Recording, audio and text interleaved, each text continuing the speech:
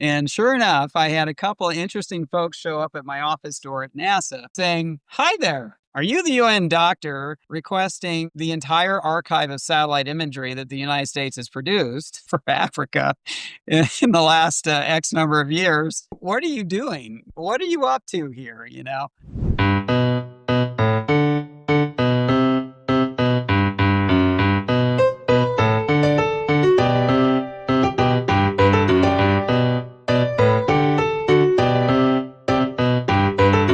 Hello, everyone. Welcome back to the pod. It's a very special episode of the Collators today. We have another guest for you all. He is a friend of mine and former colleague. He is Dr. James Wilson. Wilson is a board-certified practicing pediatrician who specializes in operational health security intelligence with a focus on the anticipation, detection, and warning of infectious disease crises. He has led the creation of several of the most powerful systems in the world used for anticipation and detection of infectious disease, crises, and disasters. And he was the first operations chief of the Department of Homeland Security's National Biosurveillance Integration Center and has worked within the intelligence community since the early 2000s.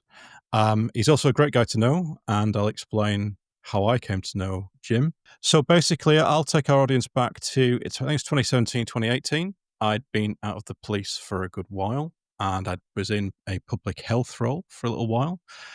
And I was still adjusting to the very different culture, a very different way of managing and using information, and a very different way of reacting to kind of distant threats or potential threats.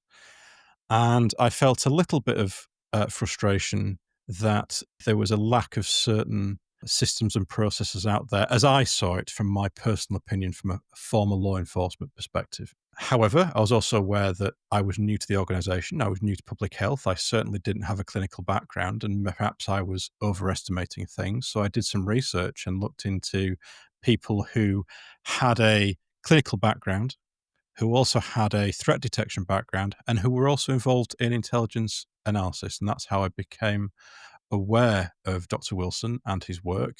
He's written many papers on various subjects about intelligence and early threat detection regarding public health. And so, hi, Jim. Welcome to the show. Thank you, Mark. It's a pleasure. So, what I would like to start with is I'd like to ask you, if you don't mind, is to basically tell us about your journey, about how, because you've had a very interesting path, right? You are still a practicing pediatrician. You have a day job where you're treating kids and working with their families, but you also have a global spanning kind of background and an intel career. So I'm guessing, yeah, I'd just like to know more about how you started out life, and maybe hear a little bit along the way of how, maybe your ways of approaching it, how they changed over time, if that makes sense. So, yeah, I started off actually, it is an interesting story. When I was coming up through college, right, I actually started off as a nuclear engineer and discovered that I just really, the market wasn't there. This is post 3 Mile Island, right, in the 70s, right? And there was a lot of public apprehension over the use of nuclear power. And I don't know, I was in the midst of sort of a lot of career challenging questions, right? Like, where am I going with this, right? So I was shifting over to molecular biology, molecular genetics, and then medical school, right? And while I was in graduate school, sort of redirecting my career, if you will, and taking classes and so forth, newspaper articles had come out about the Ebola Kikwit outbreak in the now known as the Democratic Republic of the Congo, back then known as Zaire.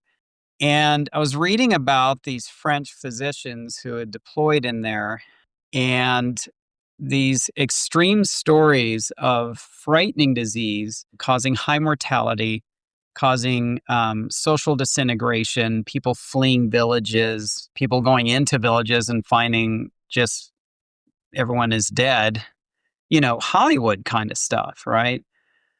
And so we're reading this day to day. I was working in a coffee shop, believe it or not, at the time. And then I got accepted to med school, and that period just never left me. I was very inspired to look at these kinds of risks that are just, the average person would say, what are you, nuts? That's not something you want to get anywhere near, right?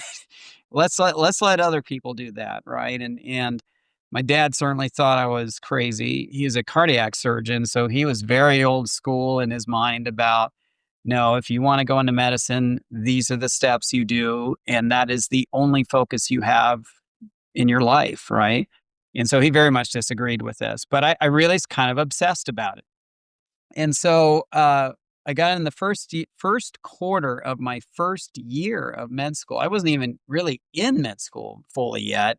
I was there for a couple months and I just couldn't let it go. And I just started doing some digging on the internet and figured out that the World Health Organization had internships for students, right? But they seemed to be more geared towards public health people, public health students, than they were medical students. But I was like, well, you know what? I'm going to take a summer off and I'm going to go to Geneva and just hang out on my own dime, with the Ebola response group. And I mean, it totally changed my life. The people at the med school were like, you're going to go do what? They completely didn't. So right out of the gate, I went and zigged when I should have zagged. And my dad was horrified. He thought, well, here it goes. You're just going to throw your career away right out of the gate, right? And so I spent a summer hanging out with that group and got to know some of the senior folks at WHO. And they inspired me, frankly. This work was like, if you want your life to have meaning as a professional, like what greater thing could we do than to try to save people from this horrific disease, right? Like it was massively inspiring, and I was so excited to be a part of that. However, how do you be a part of that when you're a student, really, right? And so I just tried to absorb as much information as I could. And then I had to go back to school. And it was a huge letdown to go back to school because everything else in my life was boring after that. I couldn't focus. I mean, it's just like, holy cow, this is my life here. I want to go back and do that, kind of thing. Well, fast forward, I couldn't let the dog lie, right? I had to go. I kept picking at it and started networking and networking and networking, and I wouldn't leave these poor people alone. And finally, they introduced me to a lot of different people, some of whom were at NASA, and some of whom were at the U.S. Army Medical Research Institute for Infectious Disease. So the famous scientists who actually worked with this deadly disease in their labs, right? But I wasn't a lab guy, right? And I wasn't really an epidemiologist either. It was intriguing, but I kind of liked that, being in the field a little bit. So I kept bugging WHO, and that same group said, well, Jim, if you really, really, really, really want to do this, you could take a year off for med school, after your clinicals and hang out in Cote d'Ivoire and study, with a famous French veterinarian who very graciously, I might add, allowed me to hang out with him in the rainforest. And this man deserves his own medal, frankly, for putting up with me. But we basically spent weeks hanging out in the Ivorian rainforest, trying to collect samples from animals for which we weren't entirely sure what the species names were of some of these animals. Some of these animals had never been described before by science. And we're trying to collect these samples and send them back to USAMRIID for testing, for this BL4 lab for testing, to see if we could figure out the reservoir. Okay. And this whole purpose was, if we could figure out where this virus comes from, we might be able to help these poor people prevent exposure, right? Which was very infrequent. Okay. But while we were sitting in the rainforest, we figured out that these Ebola outbreaks at that point in history clustered, right? There was a cluster period in the mid 70s, and then it disappeared for about 16 years. And then all of a sudden, we had multiple Ebola outbreaks all over Africa again in the mid 90s. And nobody could explain it, right? They couldn't. Is this just a random artifact of data and human reporting bias going on here? And that was CJ Peters, thought when I spoke to him about this. But we also we were looking at anticipatory information, basically. That was the beginning of all of this, is we were trying to anticipate the occurrence of Ebola in people that would wipe out entire villages, right? And that was the beginning. It must be so difficult. It must be so, because I'm just thinking about that. Was it Jon Snow who tried to identify cholera and tracked it back to a well? But that's in a small town. You're in the middle of the jungle, right, with species that have not been classified, and it's like literally a blank piece of paper and no infrastructure around you at all. I can't imagine Oh yeah, how you would even begin to start yeah. an exercise I like mean, that. and the researcher that I was working with, he was an expert in that domain. Like, this was his show, right? This was his work. And please, for the audience to know, I was basically a tourist, right? I'm just a student there. But he very graciously sort of provided me that umbrella of knowledge. He was the giant upon whose shoulders I was standing to try to take a peek and maybe figure out one tiny piece, one tiny line of evidence that might give us a hint towards anticipation, right? And I think by that point, the South African research community, Bob Swanepoel, had already taken bats in the lab and deliberately infected them in the lab to see if they could hold virus for a period of time. Could bats basically be the reservoir? So we already had some hints that it was probably in bats, right? But we didn't have an explanation for this periodicity, right? You would see multiple serotypes of Ebola show up together across a vast geography. We're talking like hundreds of kilometers, thousands of kilometers in some cases. This clustering, this temporal clustering, was not explained. So that's why we went to NASA and said, hey, you guys are trying to forecast Rift Valley fever in East Africa and cholera in East Africa using satellite imagery. Can we look at that same database and start taking a look at Ebola? Well, if you do that, you're going to get tagged. And sure enough, I had a couple of interesting folks show up at my office door at NASA saying, hi there, are you the UN doctor? I wasn't UN, but are you the UN doctor requesting the entire archive of satellite imagery that the United States has produced for Africa in the last X number of years? Who are you? What are you doing? Like what are you up to here? And that was how I was introduced to the intelligence community. Who, for some reason, took a very strong interest in you at that point. Oh yeah, I'm not gonna lie, they scared the living hell out of me. Yeah. Yeah, I about had an accident right there in my seat. A very heavy knock at the door. And I was just there by myself on my own. So that's how this kind of started. But then they started introducing me to lots of different disciplines because I think we all had a shared interest, right? As a government community, right? I'm not talking intelligence community. I'm talking everybody was kind of interested in mitigating these very scary threats, right? And we really didn't know what the meaning of Ebola, right? There were lots of people who worried it would become a quote unquote super pandemic of death, right? At a 90% case fatality rate. Because back then, you got to remember, our data was telling us this was one of the most lethal diseases we knew of. And you would die a horrible death, right? And not only you, but your entire family, right? So this was a maximally scary disease, right, for everybody. And that was dovetailing with the bioterrorism concerns, and so there's just a lot of fear. And I think Howard knows this, that he was certainly hinting to this in the first podcast episode. When you've got emotion sort of overlying these assessments, boy, does that really mess with your bias, and you got to be really careful about that, right? Because you need a grounded, ground truth perspective somehow. Because if you let fear drive you, it will eventually start to contaminate your trust relationships. It will start to contaminate your assessments. It will start to contaminate your ability to continue to function as a professional because that fear can't be validated, right? Not easily, not with these kinds of difficult to anticipate risks, right? So that was kind of how I got started, right? Wrote a paper about it. And here is what happened, actually, Mark. This kind of speaks back to what we talked about earlier, about, does the emperor have any clothes, right? I was wandering around the government basically saying, look, we've got this interesting forecast model, operational model, right? Where we want to try to use satellite imagery to anticipate risk. Where's the watch center that watches for this stuff?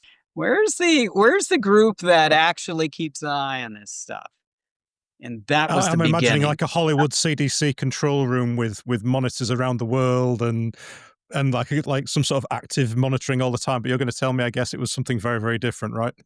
It did not exist at that time. What existed was basically an informal human network, okay, of specialists, right? So if you were the world's expert in this disease, you are connected to other world experts of that disease. And therefore, each individual is plugged into their networks of reporting because they often go to the field, right, to do their investigative academic study, right? And so that is basically a human network of reporting, okay? And then that was backed up at the same time. So when I went to WHO, that was during the birth of ProMed. That was during the birth of the Global Public Health Intelligence Network from Canada, right? The GFIN. That was really the birth of the marrying of open source intelligence to public health, right? And it was a cool time because basically you're leveraging the internet now to collect all this global information for you. I think the problem with those systems and the problem that WHO found out very quickly, and parenthetically CDC, right, is that if you look at the entire planet, right, all day long, every day, it is a massive fire hose of information. And then you get to sit there and say, what do I pay attention to? Like, what's the priority, really? Really? Okay. So, from my perspective, it was like, well, the vast majority of this is noise. This is public health stuff. They can deal with this. These are known routine diseases. I don't care about malaria. I don't care about cholera. I mean, I do care as a physician, of course, right? And they are the lead. I mean, let's be clear, clear, clear. These are leading causes of morbidity, mortality worldwide, right? But that's not what my focus was. My focus was the difficult to predict, high consequence stuff where there's a pattern, right? That I need to identify in all of this noise, right? And not overcall it, but not undercall it either. So it was a huge challenge, right? So that's kind of how this whole thing started is I recognized pretty quickly, very young time in my career, that they're folks are very good at identifying routine infectious disease, not so good at identifying some of these rare events. And it was okay at the time. So this is the other piece. It was okay at the time because our air traffic grid was not as robust as it is now. We are way more connected globally now than we were back in the 90s. But it's funny, if you had asked me back in the 90s how connected we were, I would have said, whoa, we are way more connected in the 90s than we were in the 50s.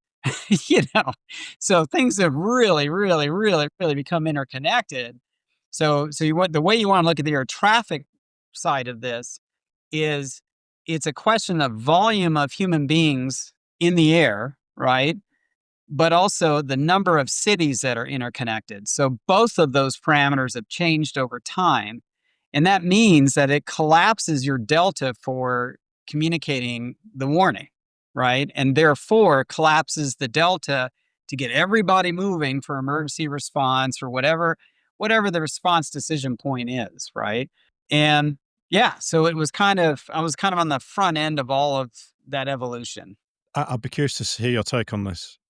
My perception is when I got into public health is that because I came from a background where I dealt with real time threats, so real time people involved in real time crime or intel, you were dealing with tactical real time intel, and there was a mechanism for an organization to deal with real time threats separately there was a kind of strategic piece, wasn't there? So in intelligence ways, we may look at like kind of national intel, we may look at national militaries, we might look at kind of tank buildup or army numbers, but that's seen as a strategic slow burn. I think one of the issues for public health is, I think what I experienced back then in my tiny pocket of it was almost this idea that disease was always a slow burn, almost strategic issue. And so when you, like in your example, you've tried to use a very kind of strategic sensor like the satellite network to actually pick up on something real time and or short time and quite localized, right? And I think there's that disconnect there sometimes because you're actually, I think when you talk to most people who have been in these roles for decades, they have that kind of two-track mindset. Actually, it's either real time or it's not. It's either now or it's not. And I think, but what you're saying is actually we've got this hyper-connected society. We've got all sorts of reasons why this thing might go real time very quickly and beyond your scope to control and manage it. So actually, you need to treat this like a real time threat surveillance situation, even though, go back to your earlier point, it's incredibly labor intensive, right? You've got to kind of be monitoring those sensors all the time. Yeah, it's interesting. Over time, I learned that there were alternate ways to get that information without having to leverage, extremely expensive technology so the other thing that was going on as the years went by is we learned that I could get that same indicator that I'm looking for through other ways that were a heck of a lot cheaper, right? And I didn't need the level of specificity. So over time, for me, for the purpose I was using it for, I felt like satellite imagery was basically overgunning it. It was sort of making my work very sexy, very exciting. Oh, that physician's using satellite Okay, imagery. But at the end of the day, we wound up actually falling back on open source information. We sure. didn't we didn't The need. novelty kind of outpaced the necessity. I get you. Yeah. Yeah, so I don't know. As you learn over time, you learn the economic efficiency behind the process too, and you're able to improve that over time. But yeah, that's kind of a tangential thing. But yeah, So you've taken us to the point where abandoned nuclear career, went into medicine, obviously went to tropical medicine, then tropical medicine into kind of like disease awareness. You essentially ping NASA for, can I have every satellite photo ever? You set off a few alarms and people come knock at your door, right? And then they introduce you to this new world. And then you're into the threat detection space in a clinical context. And then you've described almost like essentially, rather than my poor example of the Hollywood control room monitoring 24/7, you describe essentially like a human network, right? Basically, an extended network of individuals with varying degrees of coverage who are just kind of keep each other in the loop. And that's not to suggest that network isn't a useful way of doing it. It could be one of the most useful ways of doing it, probably one of the most sensitive and quick ways of doing it.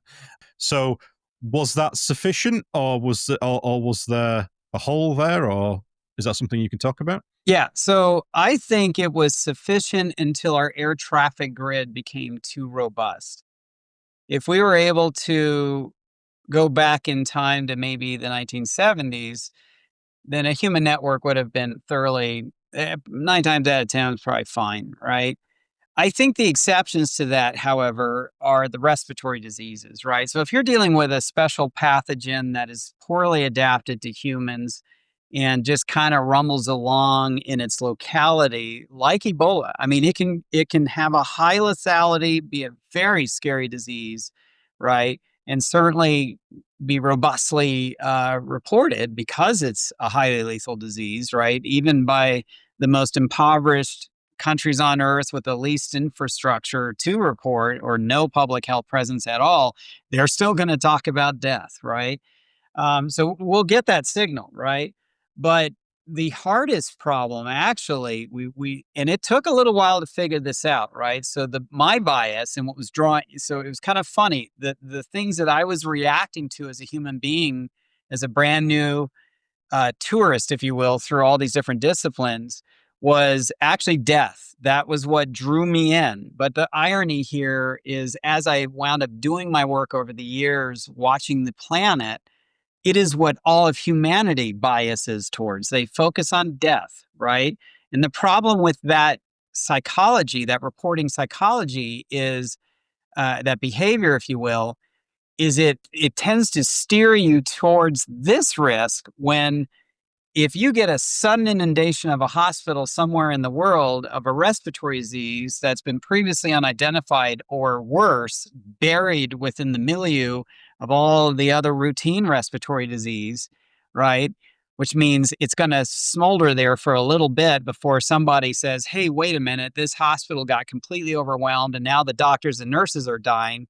You know, that is actually a maximum priority signature, right? So from our standpoint, we are going to move on that immediately. Like, and I will get ahead of verification. And the reason why is because respiratory disease transmits much more efficiently. That's the worry, right? And indeed may already be inside of our nation or anyone or your nation by the time we start talking about it, right?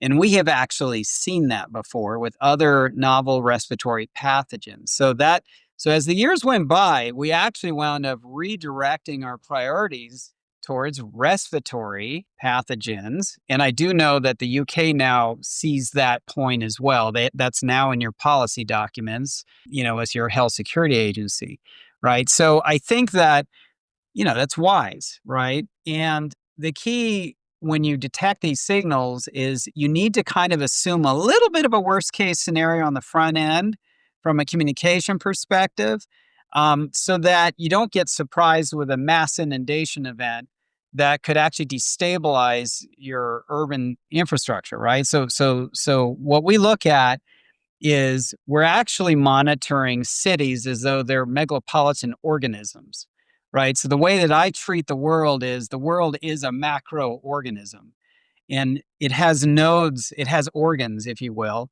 And I'm looking at cities as though they're living organisms and I'm tracking their vital signs, basically, right? So when I see that city now struggling, people are no longer excited to participate in protective behaviors, right?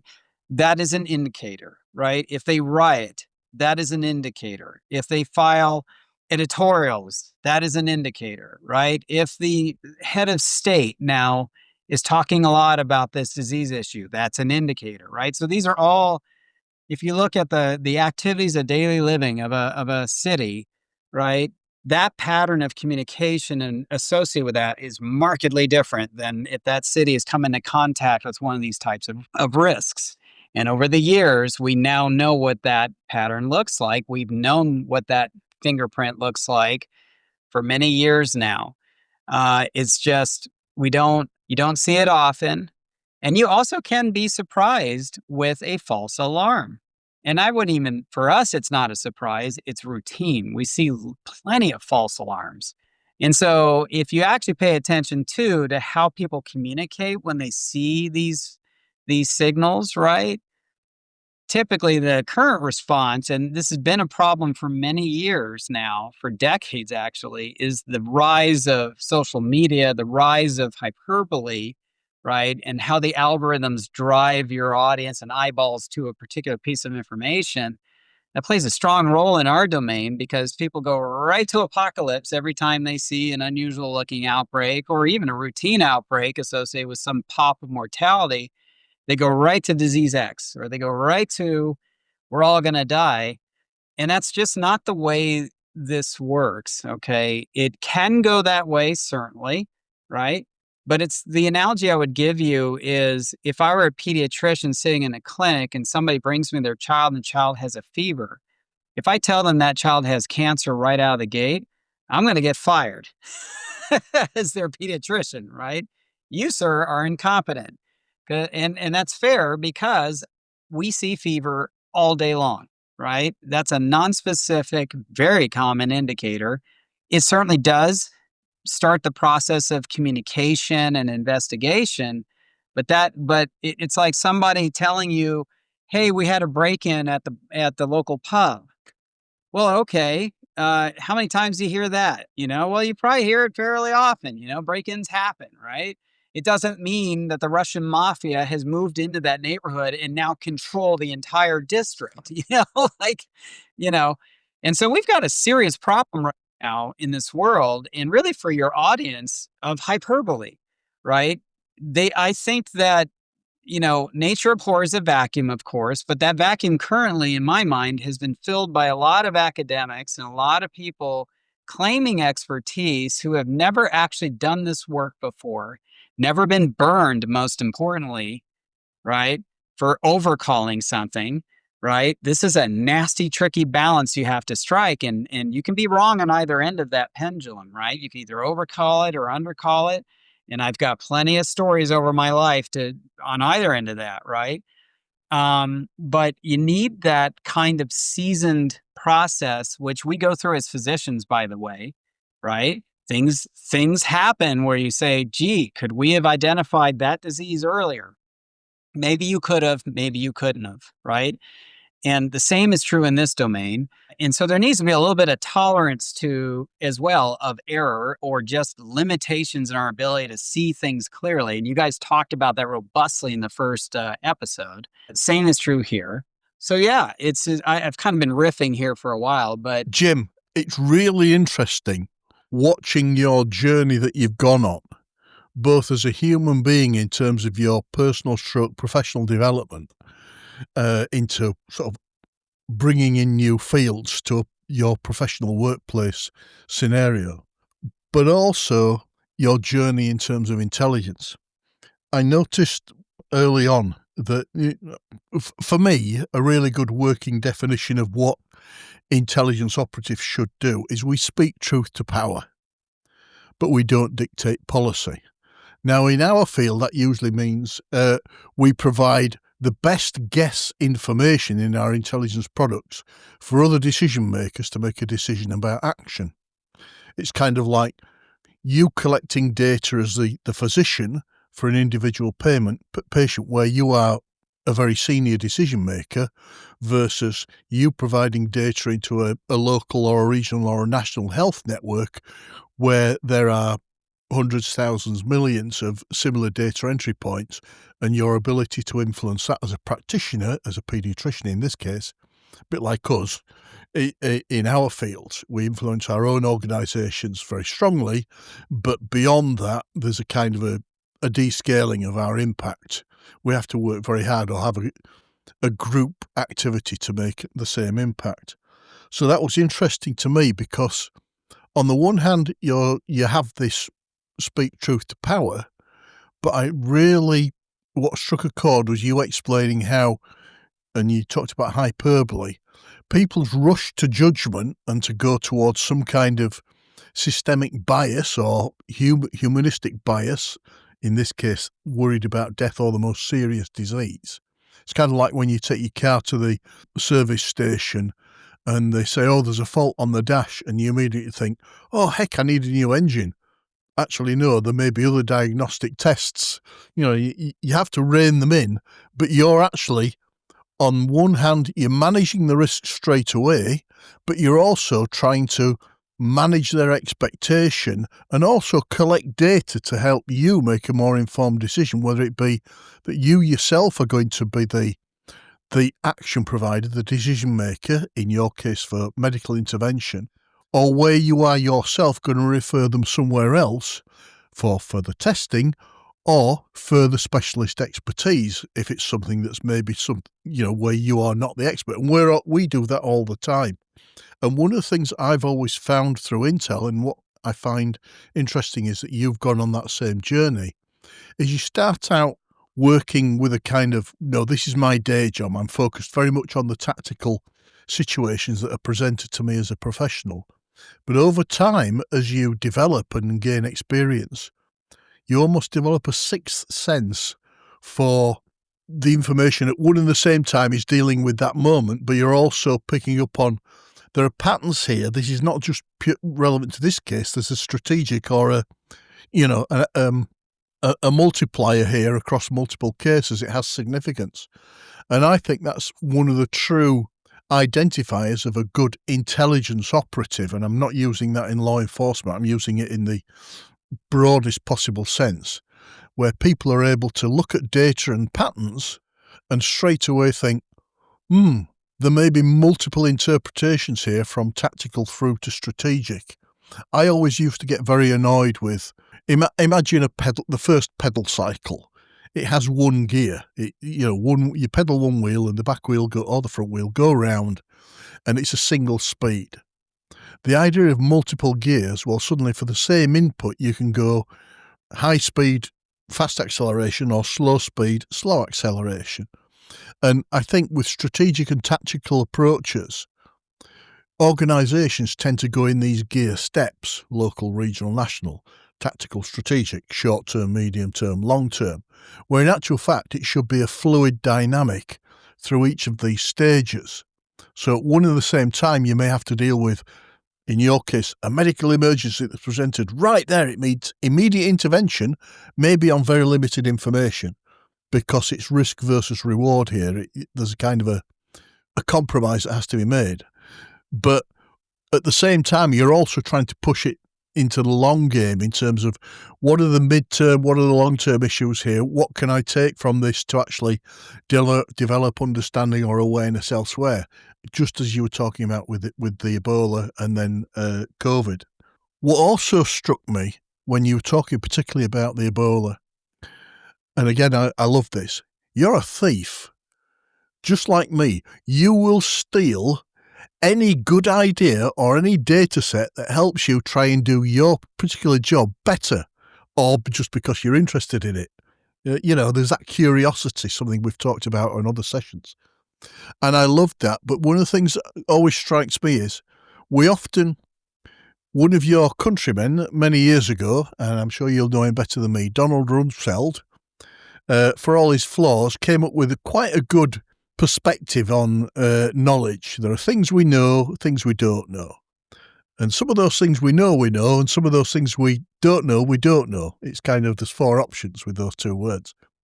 And you start off from the known, like you say, low scale, your daily job, dealing with the normal routine things that present through patients. But you're always looking for like with the Ebola, the unknown. It's not just that we know we don't know. We have this false confidence that we know everything. We don't know until something happens. But the really scary ones are the unknowns.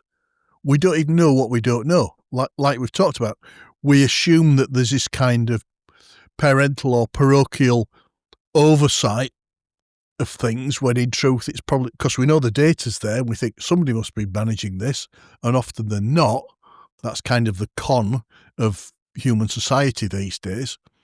But what we also get is this idea of when the data comes up, you have data, but you're forced to deal with the data that you can get. If it's not in the data, you're not going to see that pattern.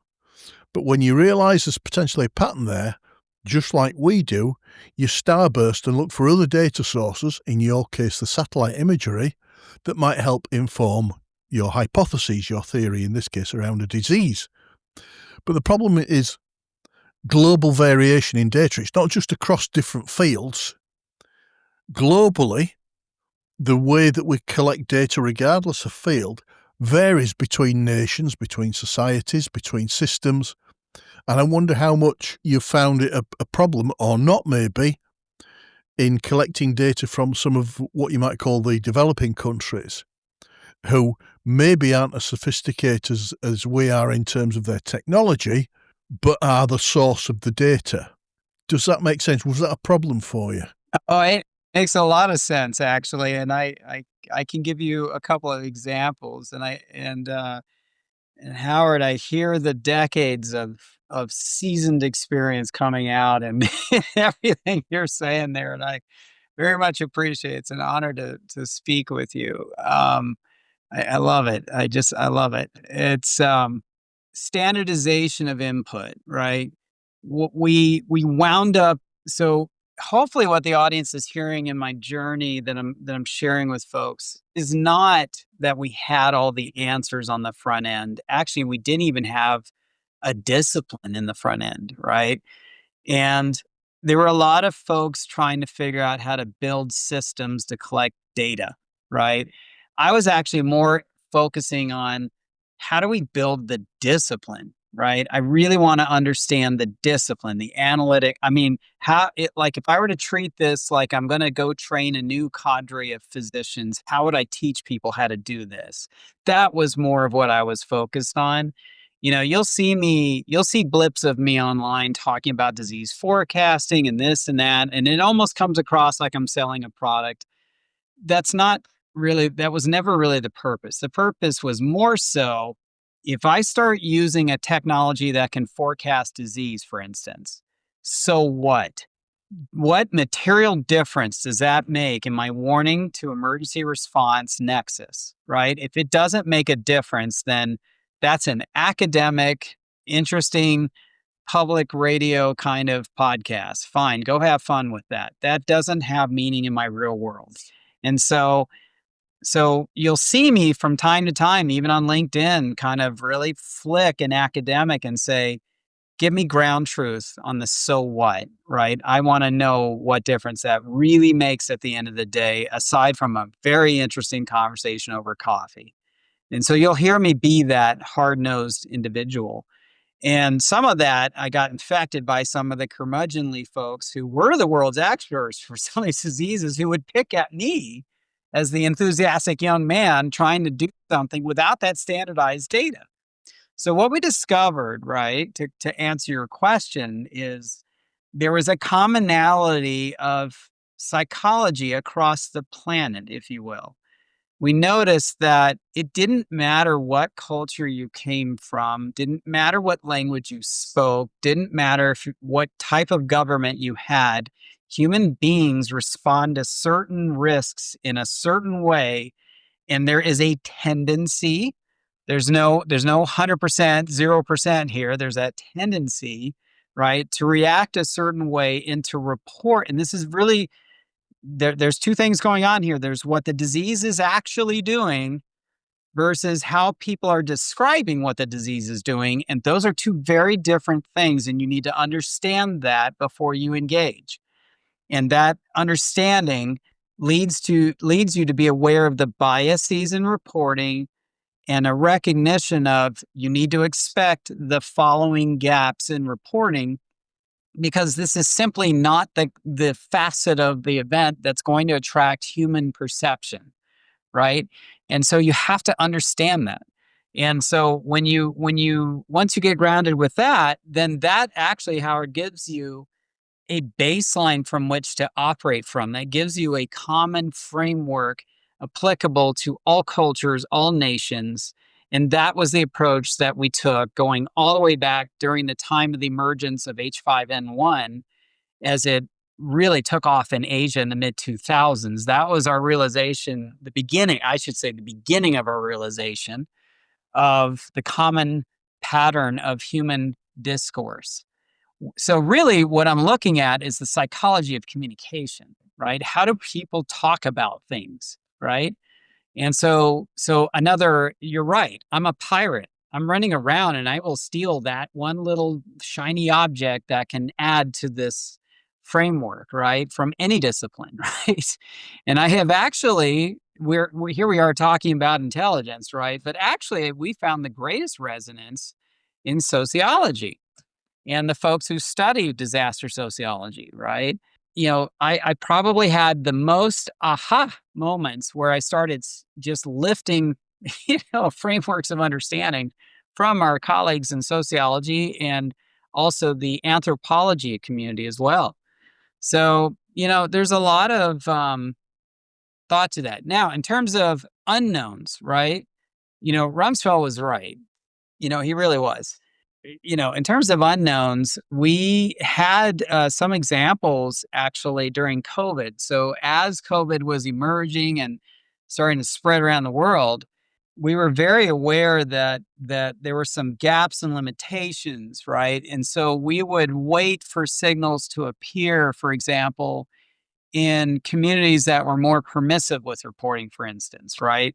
So if we were worried about one location in the world that we were worried about them not being as transparent as we would like, or maybe not having enough of an infrastructure to actually offer reporting. It didn't really matter the why. It was more, if we were worried about, we're missing a piece of information that's critical. There were times where we would very purposefully and strategically wait for that disease to get to this city over here that we actually do trust and we do know they've got a good infrastructure, and we would wait to see how it impacted them.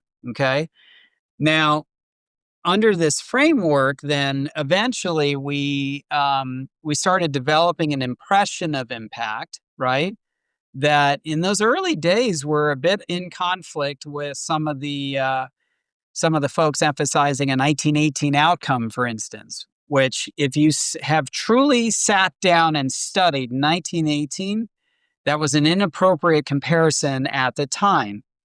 Now, that statement I just made is worthy of an entire podcast episode just to talk about why did we bring up 1918 in the middle of an emergency response? Was that the right thing to do, the wrong thing? That is worthy of a very robust debate, right? For a lot of different reasons, right?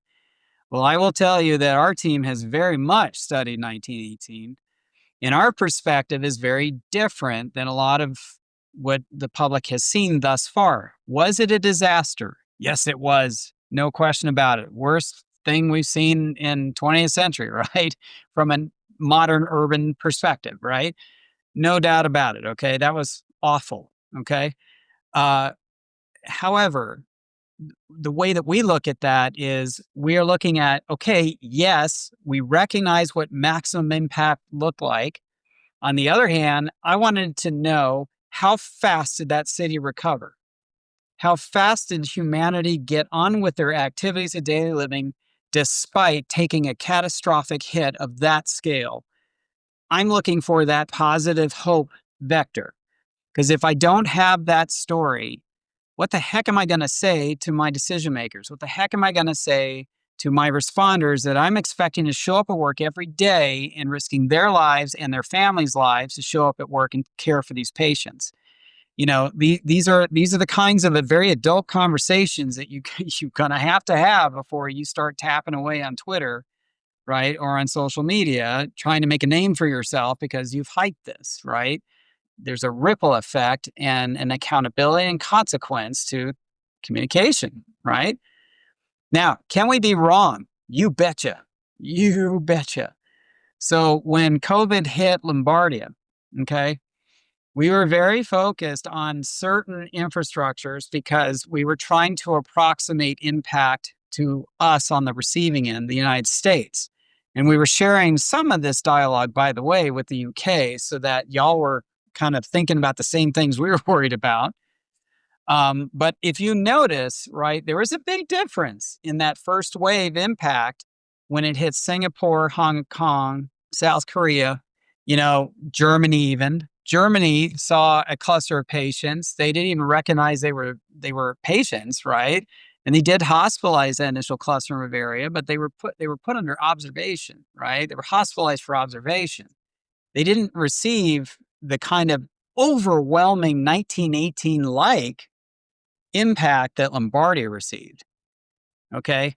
And this is an example where a piece of information was actually not at our fingertips in that tactical setting. What was at our fingertips was that known framework of human communication I mentioned. We did see that Italy was experiencing a signal pattern that we were not seeing except, outside of Wuhan. We had not really seen it to that effect in a modern medical infrastructure, right? Now we were aware of Iquitos and Amazonia and other, Iran, yes, but that in our mind was not. It's different if you see that impact in a country with limited means versus a country supposedly with a very modern, medical infrastructure, and we can debate how close an approximation that infrastructure is to the UK or the US all the day long. But the point is that got our attention. And so at the time, Howard, we said to ourselves, either we were dead wrong with our assessments leading into this, right? Or something is different about that virus. And then 4 months later, we had a national lab come out and say, oh, well, we sequenced all these different samples all over the world, and it looks like the spike protein, it's stabilized right about then. And so it's like, well, gee, that's really interesting, guys. Thanks for sharing that 4 months after the fact. And then about a week later, that's when New York got hit, and New York really had an experience, right? But there were differences even inside our country in terms of impact. Seattle thought they were going to 1918. They did not. Our Western states did not initially, right? So there's again, we could have multiple podcasts unpacking COVID, but the point is if you think we're going to have all that information up front at your fingertips, yes, again, right? And from a genomic sequencing standpoint, I think it's wonderful people want to do that, right? But from a hard-nosed operational perspective, I want to know, so what? Are you going to have that information for me immediately, right then and there? If you don't, how long am I going to have to wait? Because I'm going to be making a choice here in about 24 to 48 hours. It's a really valid and important point to make, because the ability to turn information into something that's of practical value, to go from almost a reactive situation where you're playing catch up with something that's new, to being on a par with it, and then hopefully planning to be ahead of it in terms of your future planning, is something that requires fast information and the ability to process. What I also liked, Jim, was the fact that you identified, and it's what we always do, it's another common factor. Intel is never 100% correct. Any piece of analysis, there's going to be an error in it. And the what we call it, the what if box in England, there's always, you might have 2 or 3 hypotheses. So you get the situation where you're noticing that either your system is completely wrong, so that your hypothesis is wrong, or it's right and it's just not showing in the behavior on the ground, the actual environmental impact. But straight away, you've acknowledged that you may be wrong. So you've got 2 lines of inquiry, 2 lines of action to take. 1, if we're wrong, what do we need to do to find out why we were wrong? 2, if we're right, what are the likely consequences from a practical point of view, and how can we get ahead of that? That's not an admission of error.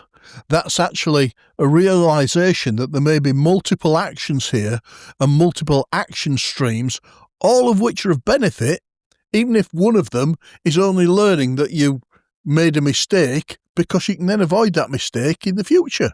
That's Indeed. the reality of the intelligence process, and this idea of developing operation intelligence systems and people with expertise and processes that can support the on-the-ground business objective, the practical objective for the people that you're trying to serve, both decision makers, the people with more power than you and I, but also the ultimate customers, which is society itself, our fellow citizens, wherever they are in the world. Really like that. You bet. You bet. So I would say that what attracted me to the intelligence process, guys, was exactly what you just said, is they embrace uncertainty upfront in the process. Whereas, and Mark, this helps explain what you encountered, right, with when you dealt with public health. Their mindset is, we cannot be wrong if we're going to communicate with the public. Full stop. Because if we blow that trust nexus, we're done, right? Absolutely valid concern. There is zero debate about that, actually. And I would tell them to continue with that mentality. But that explains the difference between what I do and sort of why I gravitated towards intelligence. Is I was like, I want to be with those people who embrace uncertainty upfront. And then that carries with them through their entire chain of process to when they have that conversation with the decision maker, right? That they're communicating uncertainty to the decision maker, right? And what's funny is we don't really do that as much in medicine. We do in our conversations with the families, right? If we're doing in the middle of a complicated workup, we'll say, hey, listen, this is where the data takes us, right? But please do not assume that everything is perfect here. We might have to revisit this. We might have to have another conversation about testing or evaluation, we may have gotten this right. These are not 100% accurate tests. That just is not ever a thing, really, in medicine. It often is close, right? But this is the way the world works, right? I think it's worth trying to bring in people who aren't from the intel background or aren't from the clinical background, just to try and explain that. I think something that all three of us do is take for granted how much we have kind of built-in systems of thinking about these things. I think the problem with COVID, and I'm going to try, forgive me, I'm going to articulate this poorly, but stick with me. The problem with COVID, I think, is you say you like Intel, Jim, and I like Intel, otherwise I won't be here. The thing with Intel is, as Howard alluded to before, Intel would train you, look, when you have a certain number of data points, interpret that, list all the possibilities, but I want to know about the heaviest, the worst case scenario, all the way through to the best case scenario, with, if possible, some sort of predictive language about, okay, how likely. So we list all those options. But as you said a little while ago, as a pediatrician, you ain't doing that with the family because it'd be immoral, it'd be wrong. There's no utility to it. You may have all sorts of things going on in your head that you're keeping at the back of your mind, but you are much more conservative with your doctor's hat on or your pediatrician's hat on than you would be with your intel officer's hat on.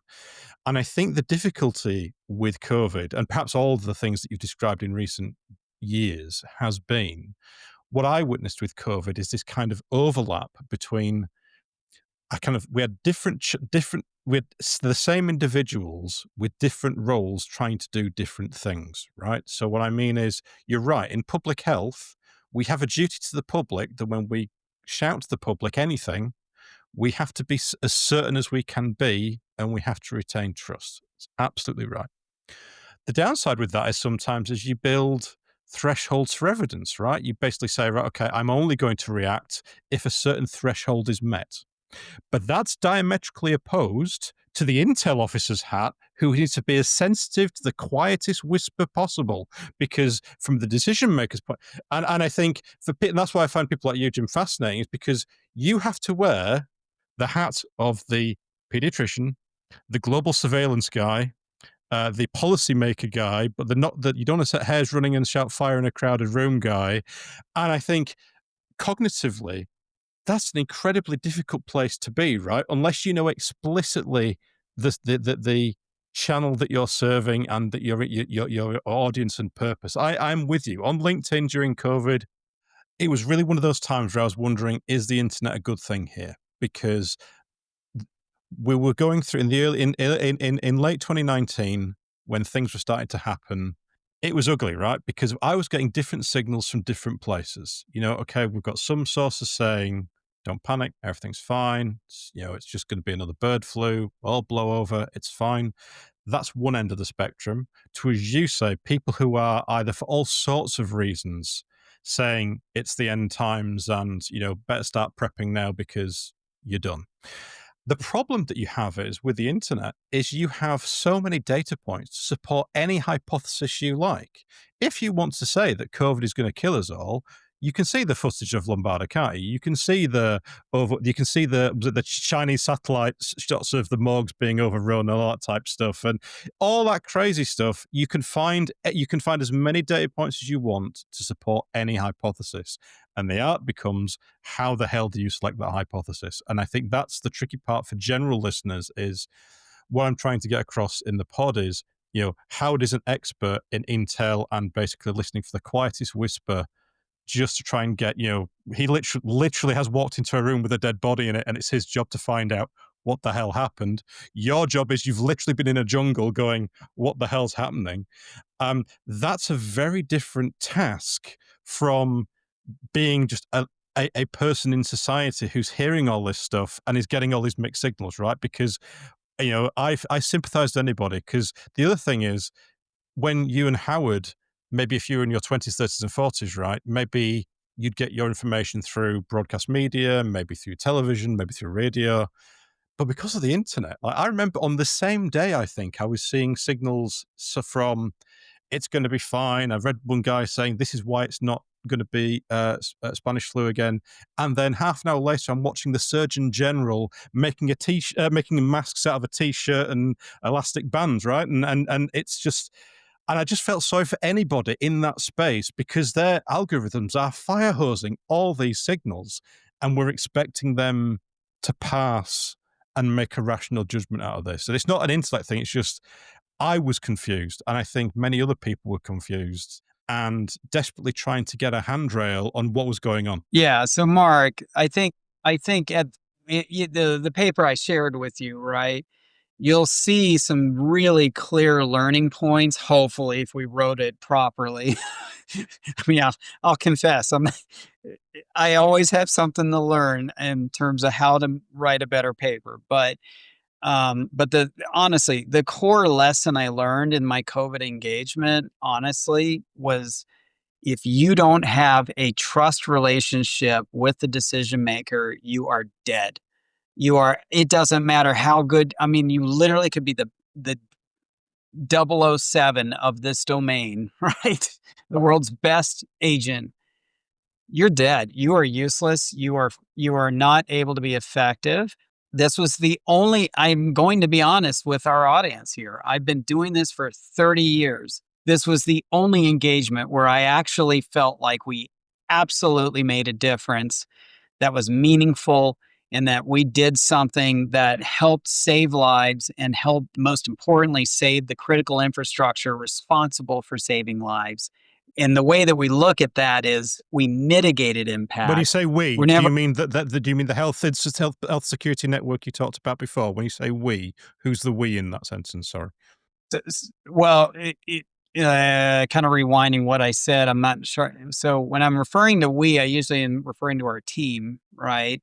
But the audience with whom I have that trust relationship, basically, I'm looking for someone who is the trust broker of hospitals, right? So who is it that has that trusted voice with the hospital CEOs, the chief executive officer of the hospitals?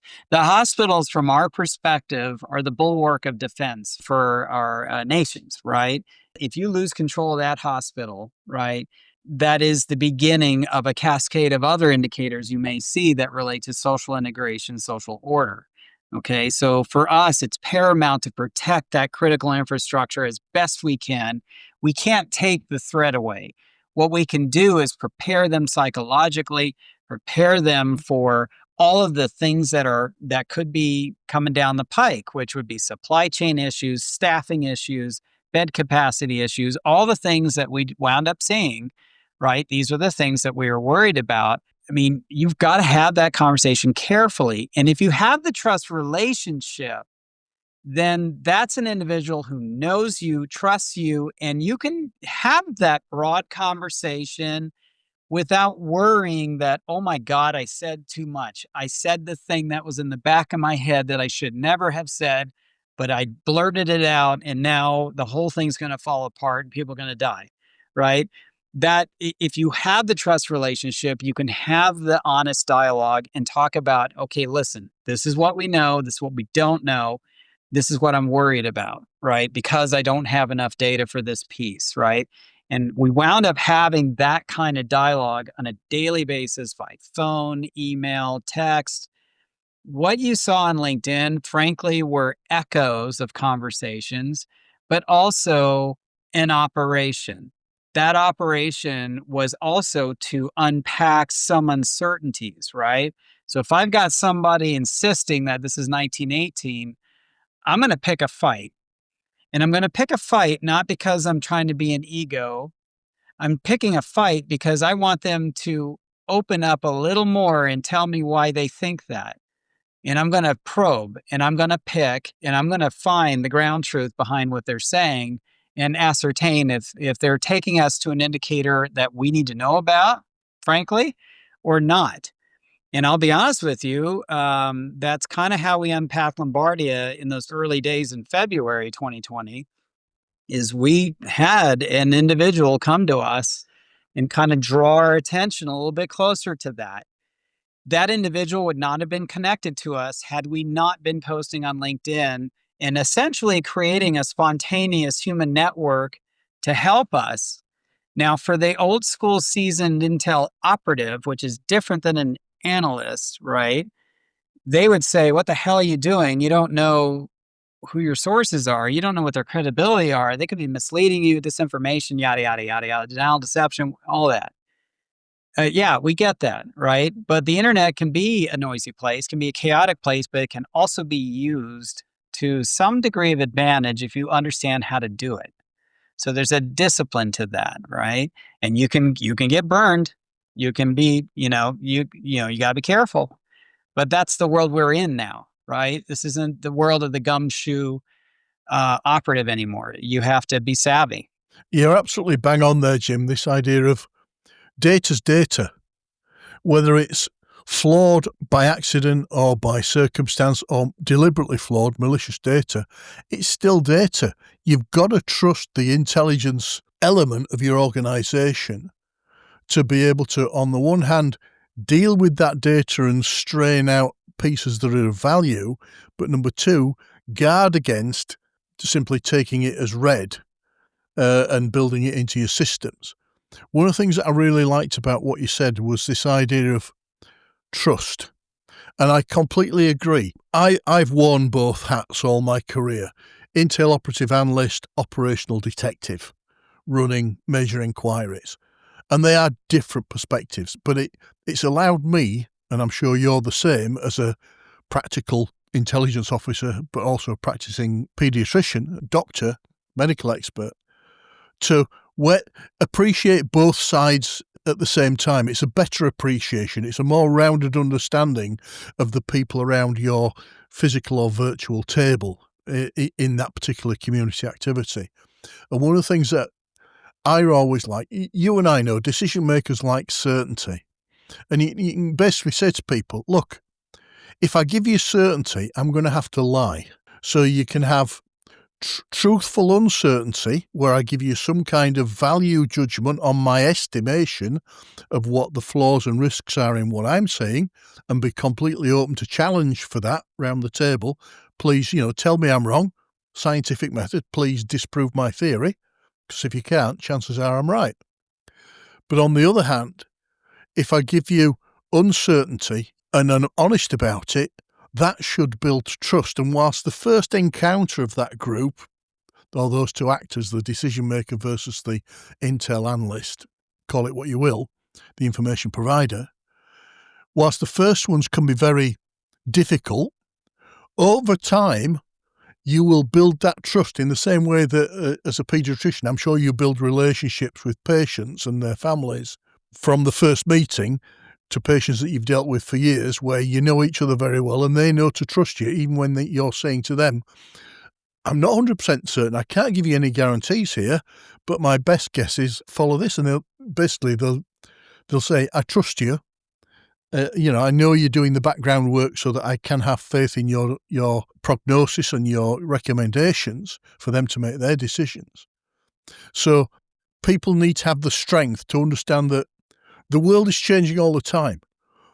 The actors, the people who are sat around the table are changing, both as the people who are there. There are always people coming in and leaving, like, I'm now retired. I'm just thinking I'm not doing this as my day job. I just do it for consulting and friendship and various other things to influence the field.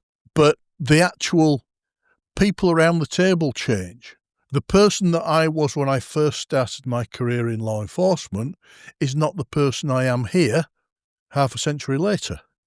And it's the same with decision makers and organisations and governments. All these group activities, as well as the individuals, change. So it's this fluid dynamic. People are resistant to change, but it's the one constant that we live with. Just one other point that I'm jumping back. You mentioned something that I really loved, and it's something that we would talk about. What indicators do you look for, but how do you measure success or failure? It's very easy to, with hindsight, measure failure, but success is often harder to achieve, because if you are good at preventing a disease or spread, there's a lack of data. Where if you fail, there's loads of examples of people being suffering from the disease. It's the same law enforcement. Well, we prevented crime. Did you? How do we know it would have happened if you hadn't have done the actions that you did? But one of the things that you said was you were looked at cities and you weren't looking at the initial infection. You were looking at the kind of the rays of hope of how that city and the population picked itself up after the event and started to return from catastrophe to normality. And I loved that nuanced and balanced approach, because that's the reality of life. There's no such thing as a sure thing. And sometimes the range of successes that you have to offer and aim for are not actually 100% optimal successes. And just as a comparator, one of my career phases was reviewing what they call in the media cold cases. Serious crime, usually homicides, but it can be other things, where either the wrong person was caught, what they call a wrongful conviction, they made a mistake, or it was never detected. So it's kind of left on file. My PhD was in cold case decision making and data sets. And one of the things you'd find there was exactly that process of how do you measure success? Well, for me as an investigator, kind of like you as a pediatrician, even if I hadn't caught the offender or offenders, at the end of my investigation, if I tied up other loose ends and dealt with all lines of inquiry that were available to me with the technology I had at that time, I'm old enough to remember law enforcement before DNA. You can't blame the investigators pre-DNA being a test available to law enforcement for not considering DNA in their decision-making, because they didn't know it existed. So when you look back, what part of what we're doing these days is not we're any cleverer than they were or any better an investigator. We just have new technology, like you think about in the medical world before MRI scans or before penicillin and antibiotics, So that evolution, I think, of how you measure success, and I've always found that very useful with decision makers, because it gives them other opportunities to frame the outcomes of what you and they are doing, other than complete success or complete failure in terms of we've eradicated the disease, it'll never come back, or sorry, it's going to take over the world and kill everybody. Is that a fair comparator? Well, how do you measure success? Okay, so that is actually I don't have a complete answer, believe it or not. After all these years, what in my domain is success? Honestly, it's first of all, did the recipient of our information, did they feel satisfied they could do their job and they didn't have major complaints about it? That's one metric, right? Because again, if they're not satisfied or they think we misled them somehow, you're dead, right? Your trust is gone, right? So that's the foundation. But we looked at, because we were attempting to protect critical infrastructure. So our bias and our focus is to protect those darn hospitals, right? And when I say protect, again, we're not telling them we can prevent the hazard. What we're trying to prevent is operational failure to keep from being overwhelmed, right? So if you lose control of the emergency department ICU access to that hospital, and enough people get infected inside that building, you've just compromised the hospital, right? And that was the lesson actually of SARS in Toronto in 2003, right? So I was there when all that stuff happened. And I remembered that very much. And I remembered I saw the briefings from Hong Kong. I saw their data out of Hong Kong when those hospitals got overwhelmed in 2003.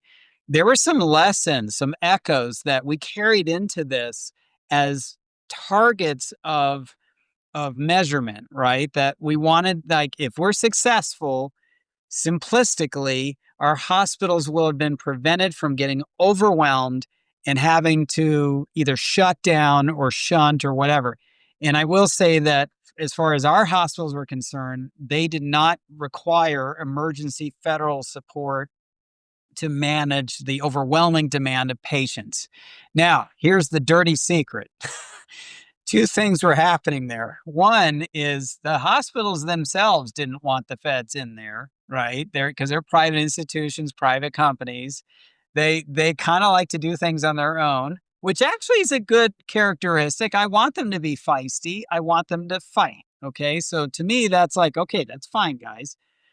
I will tell you though that if that disease had gotten badly enough out of hand, nothing they did, they would have collapsed, right? So I can tell you that they didn't collapse. They were able to digest patients, so to speak, and process them without getting completely overwhelmed. Okay, so that was that. How many lives did that save? I think that's an open debate. Did we really save lives? Okay, when it comes to COVID, man, you could have a debate about that. Were these people ultimately I may have saved your life in wave 1, but you might not you might have gone out in the community and died in wave 2 anyway, right? Or wave 3 or wave 4. Now, these are very difficult, hypothetical, and very much ethical questions to ask. I can't worry about that in the moment. I'm going to try to do as much saving as I can within tolerance of that community. So the other side of that is very much a respect piece that we have to deal with in our clinical environment. I can't force my families to take my advice to do some intervention for a child, okay? The best I can do is say, listen, this is my recommendation. Here's what could happen if this goes sideways, right? And this is what I'm worried about. But if you as the parent choose not to do that, that's on you. I mean, this is life. That's on you, right? And so I can't and I don't want to force people. If I'm forcing people to do things, the trust starts to erode. Now the challenge, as all of us found, Australia found this too, certainly France. I mean, we all found out about this. Is if you have a government expecting all of society to all together cooperate with extreme countermeasures like lockdowns and maintain that for a long period of time without communicating an endpoint, yeah, that's just a recipe for a mess. Well, now I get to say that now in hindsight, okay? I get to say that, right? But coming back to measurement of success, what we know is that if you don't overwhelm an intensive care unit, for instance, there is a certain metric of death that you've avoided in that moment, okay? But the nuanced conversation is, well, would those patients die later then? Like, have you only delayed the inevitable? Honestly, I can't really focus on that. All I can focus on is if that hospital collapses, we lost the battle, right, for that hospital. So long as that hospital is able to keep its doors open, keep ingesting patients, keep treating them as best as they could, then I have checked that box, right? And that was the best that I could hope for. So you're absolutely right, Howard. The problem of prevention, right, is indeed if the crisis doesn't manifest, then you don't need it. What I see clinically is if I'm treating a kid with mental health issues and I put them on an antidepressant because they're suicidal, right? And then they start feeling better, they classically will come back and say, "Hey, doc, I don't need my medicine anymore and I'm going to stop taking it." Or they've already stopped taking it. And now they have a hospitalization for suicidality, right? And so this is a tough problem, right? This question of prevention and whether or not to sustain economic investment. This is where the rubber really meets the road is the money to sustain the economic investment to continue that prevention. If you can't prove that the risk is there or you've done such a good job, the risk isn't immediately present. Does that make sense? Yeah. I mean, I get what you're saying. And I like this idea of almost primary benefits and then secondary benefits and tertiary benefits or possible secondary benefits, like the person who leaves hospital not cured but well. So you've extended their life, certainly potentially for that period, even though they might get knocked down by a bus or die from a revisit of the medical issues that brought them to hospital in the first place. But like you say, such is life. There's no guarantee here. Death is inevitable for all of us. It's the one metric in life that is absolute. What I like as well is, for me, you've designed something. It wasn't the intention, but potentially you've designed a system whereby institutions like the hospitals that are so critical to our daily life as communities and societies, they've better developed their own awareness and resilience in the face of an unforeseen event, even though it may not be COVID next time. You know, catastrophe type events or unforeseen events are the constant. And every time you go through a process of almost target hardening that institution against the impact of that on the infrastructure and the organisation itself, rather than its clients, the patients, you're talking about survival of an organisation here, which I would argue is just as laudable an outcome as survival of human beings as individuals, because one is directly linked to the other. The reason I say that, I've had some involvement in the biological sciences. My first degree was biological science. I only ended up in the police because, like you, I couldn't make a living in biological science and you got to pay the bills. But I got brought in. There was a phase in the world, in the good old tinterweb, when they started talking about big data a few years ago.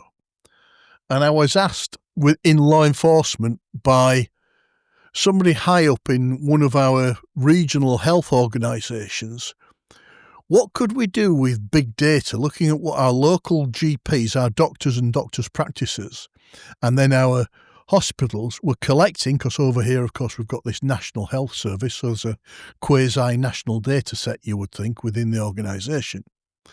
What could we find in this big data pot, if we could throw it all in a pot, that might help prevent disease or have early indicators for disease that may be chronic or complicated or ultimately fatal, heart attack, cancer, that kind of thing. Are there any early indicators we could find so that we could then fire them back to the local first responders, the GPs, our practitioners who were the first contact with patients, so they could give health advice or actually get them intervention at an early stage? And yes, you can do all that. And I said, well, why are you doing it? Well, clearly we'd like to intervene and prevent death ultimately in these, again, like you talked about, this serious focus on death and the most complicated illnesses, the most complex illnesses and the most severe, shall we say. And obviously I'm no expert in disease in any way, shape or form. But I said, well, why would you do that? There's so much more you could do with this data. The one guarantee is they're all going to die. Whether it be as a result of that disease or something else in life, bad habits or just bad luck, old age, it comes to us all. If you're doing that with this big data, it's not worth the exercise because it's a big exercise. But why aren't you using the data to improve the resilience of the system? Like you say, the logistics, the information sharing between these different stakeholders, the involvement of other agencies and organisations who have an impact on the lives of these people and may hold data that's of value to what you're trying to do as what we call a health trust over here, this regional organisation responsible for hospitals and GPs. And they hadn't seen that opportunity. And they actually went away and came back and said, well, no, thank you. It would be great. But unless we're stopping people dying, we don't see there's the point. And I was able to show them just with a few test examples how they could have saved millions, in this case of UK pounds, but obviously millions of dollars, from their budgets through system and process changes where this early information would give them forewarnings for things like ambulances, clinics, bedtime, impact on ICUs and other triage services. And they couldn't see it. And these were business managers. They weren't the senior consultants and senior doctors who were the medical experts. They were business managers. And I think often, that's why it's music to my ears, hearing you talk about these more nuanced outcomes as being real indicators of success rather than what you might call a simplistic one of, well, we can save your life or we can improve your quality of life for as long as it may be. Does that make sense? Yeah, it does. I think they're you also got to understand your audience too. I mean, there are different types of people right out there. Some people don't want to know if the asteroid is coming, right? They'd rather just get, just not be warned, right? Because there's suffering to warning, right? There's pain when I warn. It hurts people actually to communicate that. And I think our world not in the moment right now, but I think in the years to come, we're going to understand that communicative behaviors, you have to be careful, right? Because you can hurt people. You really can with your words. But now, because of this technology, we can be very hurtful to at scale, right? And, the pen is mightier than the sword, that kind of, dynamic. As far as what you described, Howard, my experience with that, actually, I'm going to share a story in antimicrobial resistance. Okay. That was a very interesting engagement. I landed in a part of our country for a little while that was a hot zone, if you will, of multi drug resistant organisms, right? And we were getting a lot of conflicting messages. Public health at the time was very obsessed with multi-drug resistant, sexually transmitted disease, right? So they're worried about specifically third generation cephalosporin resistance and gonorrhea. And they were focused on gonorrhea, gonorrhea, gonorrhea. And I get it. That's a public health issue, right? But we had identified a bigger concern, and that is if your gonorrheal specimens are flipping like that, we know that they share plasmids and genes and genetic material with other organisms that live down there, like E. coli. E. coli actually is a far bigger impact to our health than gonorrhea. No offense to the folks who get gonorrhea and have to deal with that nuisance, right? It is an important disease, don't get me wrong. But in the prioritization of what this means in terms of mass effect to our society, I was way more concerned about what is going on with the E. coli. Because if the E. coli starts exhibiting signs of multi-drug resistance, that is a reservoir in your body for lots of other shenanigans, okay? And, the more common, I should say, infections that we have to treat that could actually wind up putting you in the hospital, like bladder infections leading to kidney infections, right? So anyway, we noticed this in the community. And the first thing we noticed was there was entrenchment. We were really paying very close attention to the behavior of the existing framework of expertise, right? Which are your infectious disease physicians, your public health people, and some of the infection control folks in the hospitals. And we were bumping some heads here in these meetings. We were like, listen, we have the ability to analyze this data and start anticipating where these trends are going to go. Like, when are we going to lose control of all of our oral antibiotics, right? And we noticed that the frontline clinicians, they didn't care. I could talk to them all day long about this. And to them, it was this hypothetical risk that they never really saw the impact of. It was really, they took care of a patient at this point in time, but it's really the nursing home's problem, right? It was always someone else's problem, right? Their salaries were not tied to this issue in any way. There was no economic impact for them. There was no metric they were being measured against. So there was no accountability framework whatsoever. It was more, I'm just an excitable academic, so I've worn all the hats, right? So I get it. Sometimes you have to, hand wave a little bit as an academic to get people to pay attention because there's no framework of so what from the perspective of the individual you're talking to, right? And so I talked to them, and I talked to the hospital administrators. The only thing the hospital administrators thought was, this just looks like legal risk, right? If you bring this up, then people are going to think our hospital is a place they can't bring their loved ones to. And then we're going to get sued if somebody gets a drug resistant infection, right? So they didn't want to talk about it. I talked to the nursing staff. They didn't care. They cared about it from the standpoint of mitigating spread of these issues, right? But the core of the issue was prescribing the antibiotic, right? Like, how do we rein that in? So we tried to go in there with policy and say, we're going to actually require prior authorization if you try to pull the trigger on these high-end antibiotics, broad spectrum antibiotics for otherwise routine disease, right? And we went to the insurance companies. We walked the earth trying to figure out who cares about this issue. And so I wound up doing a pretty complicated walking of the planet, just like I did in those early days with Ebola, trying to figure out where the watch center was.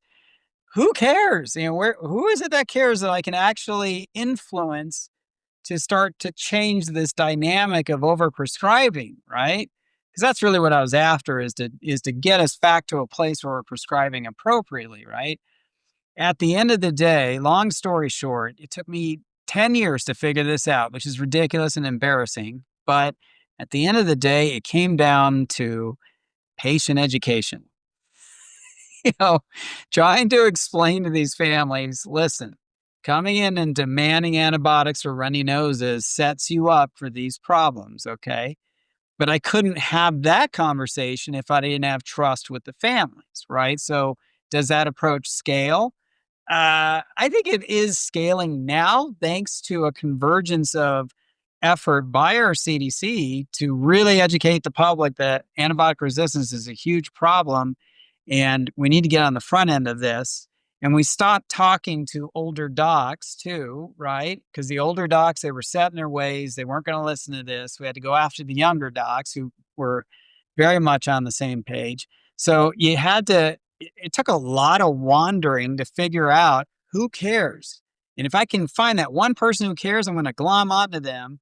But I'm also mindful, if they care, can they help me in my mission if I can flip them over to the dark side of prevention? You know, you have to really know network theory and human behavior. I mean, there's a lot of disciplines I just unpacked there, but honestly, fast forward now. In my clinical life, I do use artificial intelligence, predictive analytics to analyze our antibiotic resistance data, and we actually have seen a meaningful decline in resistance. I mean, it's significant, actually. We have our providers constantly educated on this. The families now are very much on side with being careful to ask for antibiotics and to have that really thoughtful conversation with the providers before we pull the trigger on a prescription. Like, is this watch and wait situation or not? And it all the substrate within which we're having this intervention occur is trust, right? So you're right, Howard. I mean, you got to be. It can be maddening and frustrating. Like, why the heck can't we get people to intervene on this important thing? Well, you got to be patient, take a breath, and find the right. You got to find your crowd, and once you find your crowd, then I think you can feel that you're making a difference. But it took me 10 years. 10 years. And you'll see me. I've got videos online where we've talked about forecasting antibiotic resistance. Meaningless. I mean, who cares how accurate the forecast is? It absolutely is meaningless unless you have a social framework of trust within which to deploy that, right? So I don't know. That was the lesson I learned from that engagement. Yeah. Words of gold, my friend, words of gold. We've all been there. Just again, I just hope that the audience understands that, this is life, right? Life is messy. And just because I've had these experiences and people will say, "Oh, well, you're an expert." I got to be honest with you, the older I get, the least I like that term. The less and less I like the term expert. I know people say that, and I remember as a young person hearing that and thinking, "Oh, there's a term for this where you're sort of deflecting praise and being coy about praise." That isn't what I mean. What I mean is it's almost like the longer you live, the more of the hiccups you see, the flaws in our ability to assess things, the more hesitant you get to sort of be declarative with your assertions, and the more humble I think you become. And that's a thing, that's a process. So I don't know. I think that would be the leaving point with everyone is you're going to need to be you're going to need to get used to being uncomfortable with uncertainty because that's life. If you're not uncomfortable, Jim, you're not doing it right. I love it. I love it. I think that's a good place to end this episode on. It certainly is. Gentlemen, Dr. Wilson, thank you for your time. Howard, thanks for your time. And everybody listening, we'll see you again soon. All the best. Bye-bye.